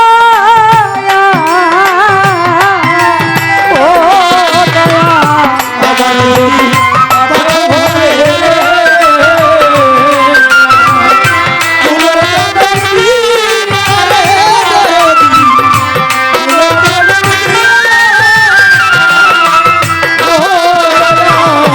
আবার যদি পাঠাও ভাবে পুনর্জীবন দিয়া রে গুরুজি আমারে পুনর্জীবন দিয়া বাউল আদেনের এই বিনতি ও দয়া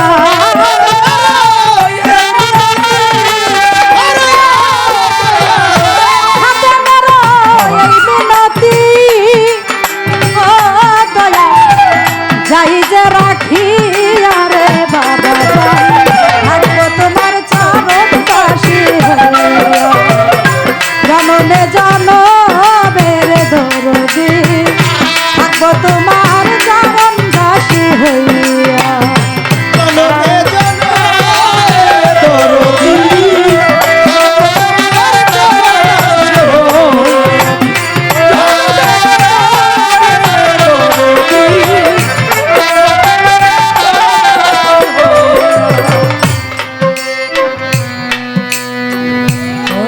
হানজালা তার গুরুর ভক্ত ছিল তার গুরু কে ছিলেন আমার নবী করিম সাল্লাল্লাহু আলাইহি ওয়াসাল্লাম হানজালা আমার নবী করিম সাল্লাল্লাহু আলাইহি ওয়াসাল্লাম সে যুদ্ধে যাবে এই কথা শুনে উনি বিবাহ করেছিলেন নববিবাহিত ছিলেন নতুন বিবাহ করার পর স্ত্রীর সাথে অবশ্যই তার বাসর সজ্জা হয় কিনা বলেন তার বিবির সাথে সে বাসর সজ্জা শুরু করেছে রাত্রটা পার করতেও পারে নাই গুরুজি যখন হায়দারি হাক দিয়ে ডাক দিয়েছে আমার নবীজি যখন হায়দারি হাক দিয়ে ডাক দিয়েছে হানজালা হানজালা স্ত্রীর সাথে বাসর সজ্জা শেষ করে ফরজ গোসল করতে হয় ভাইরা স্ত্রীর সাথে বাসর সজ্জায়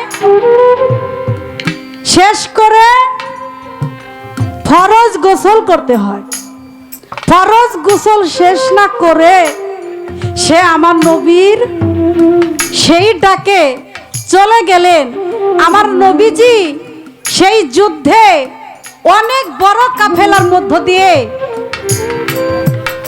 হানজালা শহীদ হয়ে গেলেন হানজালা শহীদ হয়ে গেলেন তার স্ত্রী বাসর ঘর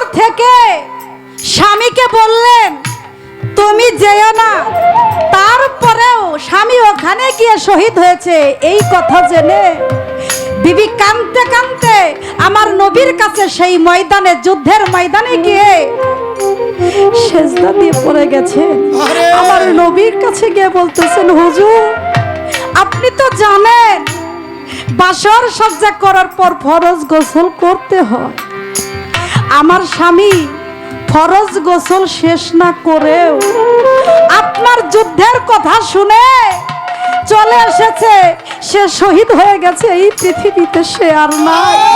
ফরজ গোসলটাও সে করতে পারলো না, আপনার জন্য সে শহীদ হয়েছে। আমি সারা জীবনের জন্য স্বামী হারা হয়ে গেল। আমার নবী বলে, কেঁদো না, তোমার স্বামী শহীদ হয়েছে। আল্লাহর প্রতি যারা শহীদ হয়, রসুলের জন্য যারা শহীদ হয়, আল্লাহর পথে যারা জিহাদ করে, রসুলের পথে যারা জিহাদ করে, রসুল রূপী গুরুর পথে যারা জিহাদ করে, মুর্শিদের পথে গিয়ে যে জিহাদ করে, যে নাকি নিজের জীবন উৎসর্গ করে দেয়, আমার আল্লাহ তাকে কাল হাসরের দিন সেই সময় তাকে রক্তে সুগন্ধ এবং লাল বর্ণ করে উঠাবে। তুমি চিন্তা করো না, ফরজ গোসল শেষ করতে পারে নাই, তাতে কি হয়েছে?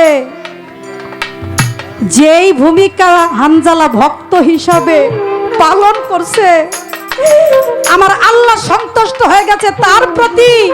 সে যে আমার কত বড় ভক্ত, আমিও তার প্রতি সন্তুষ্ট হয়ে গেছি। আমার আল্লাহর কাছে আমি প্রার্থনা করেছি, আমার হানজালা ফরজ গোসল করতে পারে নাই, তাই তাকে আবে কাউসারের পানি দিয়ে গোসল করিয়ে ফেরেশতারা পুনরায় তাকে ফিরত নিয়ে আসতেছে।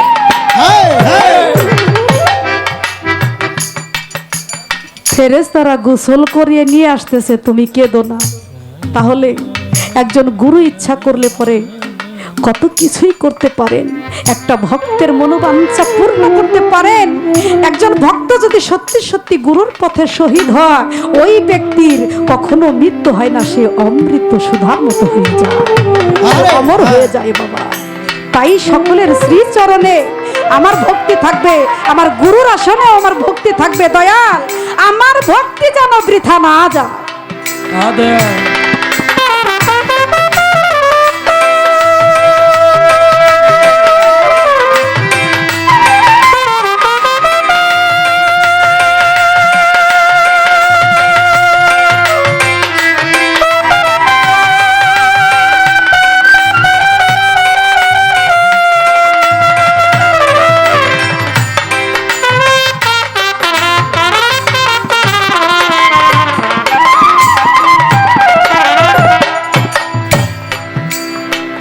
গুরুজি, আমার গায়ে হানজালার মতো এরকম স্বভাব তো নাই। আমি আপনার জন্য নিজেকে শহীদ হওয়ার ভয় পাই। আপনি যা বলেন, যা নির্দেশ দেন, সেগুলো মানতে আমার খুব কষ্ট হয় কিনা বলেন? আপনি যা বলেন, আপনার কথাগুলো শুনতে আমার খুব কষ্ট হয়, মেনে নিতে পারি না। কেন মেনে নিতে পারি না দয়াল? সংসার মায়ার জালে পড়ে আমি এই মোহে পড়ে আমি আমার গুরুজির প্রেমের পথে হাঁটতেও দ্বিধা করি, কারণ আমার মাঝে আমার দয়ালের স্বভাব আমার গায়ে আমি বসাতে পারি না, কারণ আমার ভাণ্ডে রয়েছে শুধুই পানি। আমি কিভাবে দুধে পরিণত হবে বলে? আমার শুধু পানি রয়েছে, আমার এই পানিটাকে দুধে পরিণত করতে হবে। আপনি তো আমার দয়া, আমি যাহা কিছু করি, যা কিছুই বলি না কেন, যত কিছুই আমি জিজ্ঞাসা করি না কেন, এটা দিয়ে আমার জীবনের কোনো কাজ হবে না। আমি যদি পৃথিবীর সকল কিছু জেনে যাই, সেটা দিয়ে আমার কোনো কাজে আসবে না, যদি আমার দয়ালের সেই অমৃত বাণী, সেই অমূল্য ধন পাবার জন্য আমার আরাধনা মিনতি না থাকে, কি বলেন বাবা? তাই আমি আমার গুরুর কাছে এই গানটা রাখলাম, দয়াল আমি এই জীবনে তো আপনার ভজন সাধন করার জন্য প্রস্তুত, কিন্তু আমি পারি না, আমার স্বভাবের জন্য আমি পারি না দয়াল। আমার এই স্বভাবটাকে কিভাবে আমি ভালো করতে পারবো, ভালো মানুষ হতে পারবো, তাই আমার এই গানটা আমি আপনার জনমে জনমে যেন আমি আপনার সেবা করতে পারি, ভজন করতে পারি, আমি যেন অবশ্যই শিবলি রহমতুল্লাহ আলাইহির দরবারে যে কাহিনীটি হয়েছে আমি যেন কাশেমের মতো একজন ভক্ত হতে পারি, আমি যেন শেখ ফরিদের দরবারে যেমন আলাউদ্দিন আল জাবরি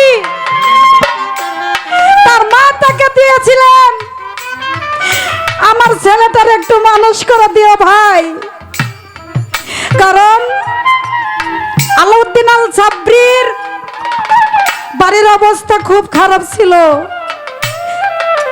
পিতা বেঁচে নেই, কিন্তু শেখ ফরিদের অবস্থা খুব ভালো। আলাউদ্দিন আল জাবরির মা শেখ ফরিদের কাছে দিয়ে আসছিলেন, ভাই আমার সন্তানটাকে তুমি মানুষ করে দিও।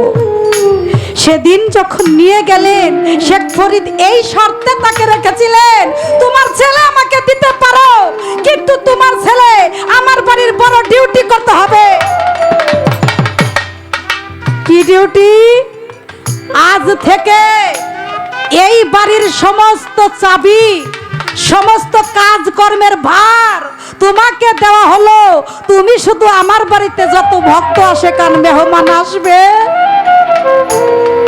তুমি তাদেরকে খাওয়া দাওয়া করাবে, প্লেট মাজাবে, বাসন থালা এগুলো রেডি রাখবে, ঘর পরিষ্কার করবে, ঘর ঝাড়ু দিবে, আমার বাড়ির যত রান্না বান্না আছে সকল কিছু তুমি করবে, এর ঊর্ধ্বে কিন্তু আর কিছু করতে পারবে না।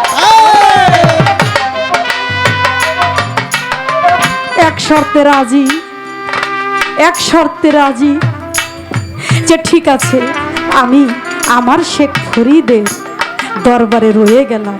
সেদিন থেকে 12 বছর পর্যন্ত এই রান্না বাড়ি করছে, মেহমানদের খানা টানা করেছে, আমার রহমান শাহর দরবার যেমন পরিচালনা করা হয়।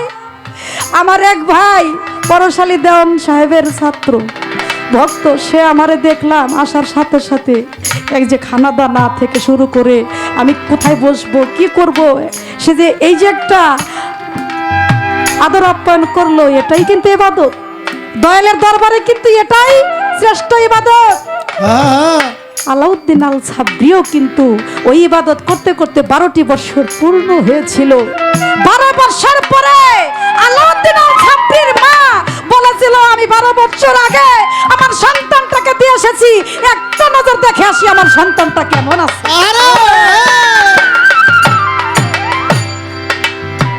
12 বছর পরে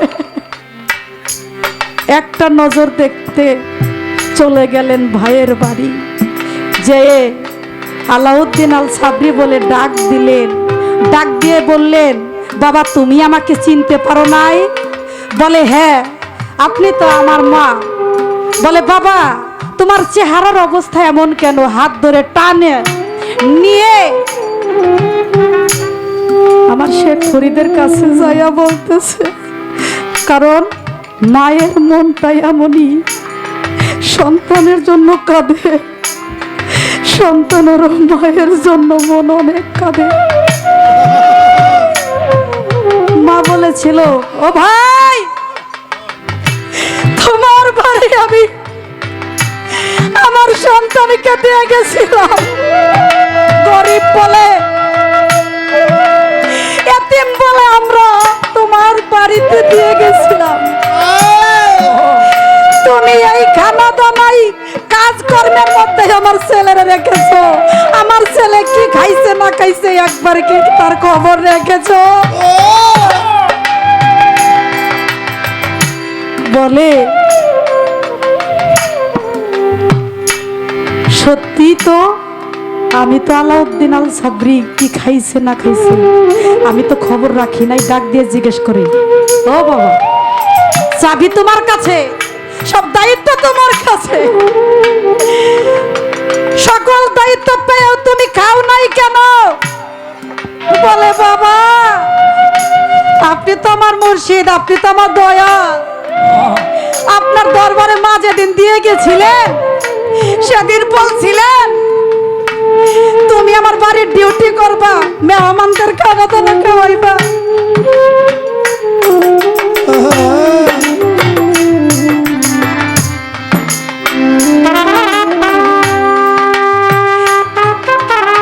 আমি শুধু সেই ডিউটিটাই পালন করছি, কিন্তু আপনি তো আমার সেদিন বলেন নাই আলাউদ্দিন তুমিও সাথে খেয়ে নিও।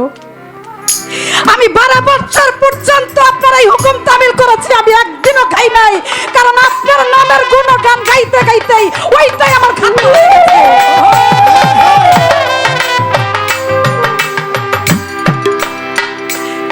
দান দিয়ে বুকের ভিতরে এলমেলা ধ্বনি দান করে দিলেন। গুরু ভজন অনেক কঠিন জিনিস, 12 বছর ইবাদত করেছে, কোনদিন তার কাছে কিছু জিজ্ঞাসা করে নাই।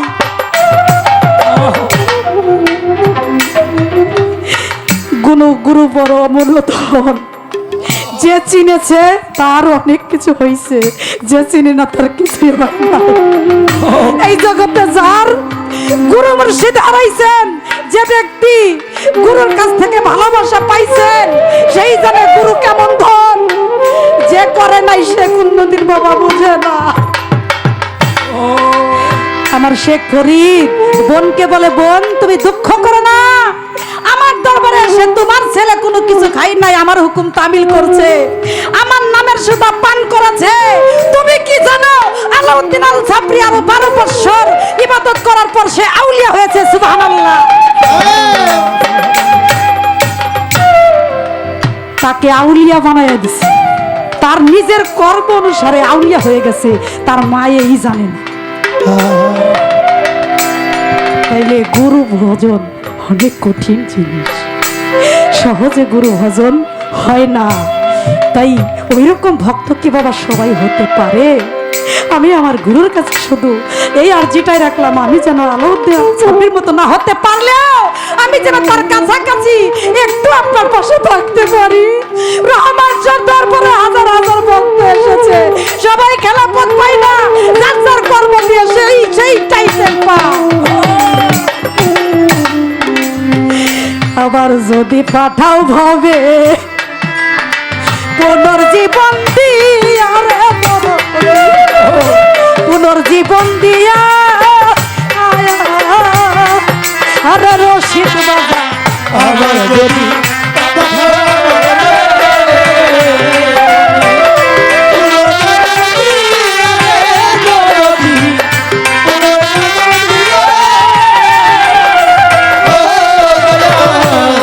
যদি পাঠাও ভাবে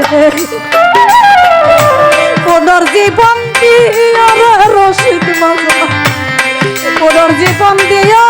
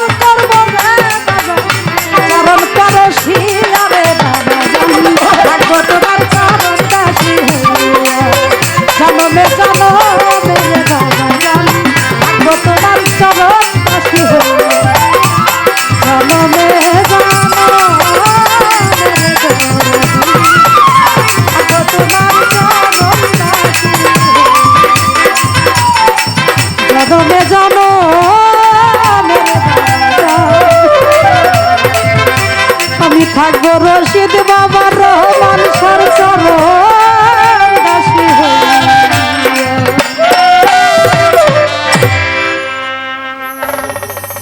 জয় গুরু জয় গুরু আরেকটা